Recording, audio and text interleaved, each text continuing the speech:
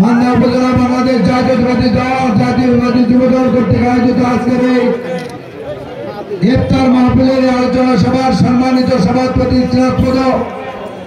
জনাব নুরুল ইসলাম, মঞ্চে উপস্থিত আজকের প্রধান মেহমান প্রধান অতিথি বাংলাদেশ জাতীয়তাবাদী দল নওগাঁ জেলা শাখার সম্মানিত আহ্বায়ক জনাব নান্নু ভাই, উপস্থিত বাংলাদেশ জাতীয়তাবাদী দল বিএনপির কেন্দ্রীয় কমিটির সম্মানিত সদস্য এম এ মতিন ভাই, বাংলাদেশ জাতীয়তাবাদী দল মান্দা উপজেলা শাখার সংগ্রামী আহ্বায়ক জনাব শফিকুল ইসলাম বাবুল চৌধুরী সহ সম্মানিত নেতৃবৃন্দ, যুবদলের সম্মানিত নেতৃবৃন্দ, সম্মানিত সুধী মন্ডলী, ভাইয়ের আমার শ্রেণীবদ্ধ সবাইকে আমার আন্তরিক শুভেচ্ছা সহ আসসালামু আলাইকুম ওয়া রাহমাতুল্লাহ।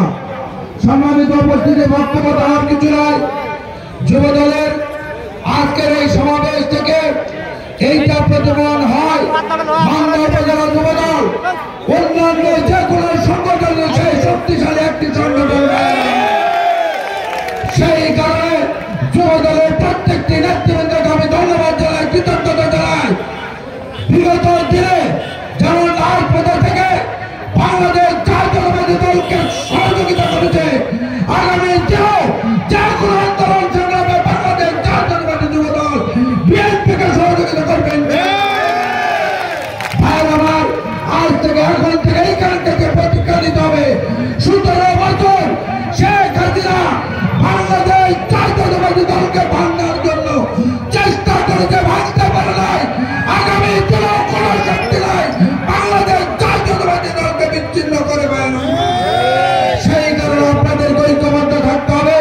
আগামী দিনে ধানের শীষ নমিনেশন মান্দার মাটিতে জানিয়ে আসবে, তার পক্ষে আমরা কাজ করবেন। এই প্রতিজ্ঞা রেখে আজকের এই ইফতার মাহফিলের সার্বিক সফলতা কামনা করে আমি আমার কাছে শেষ করছি। আল্লাহ হাফেজ। আসসালামু আলাইকুম ওয়া রাহমাতুল্লাহ।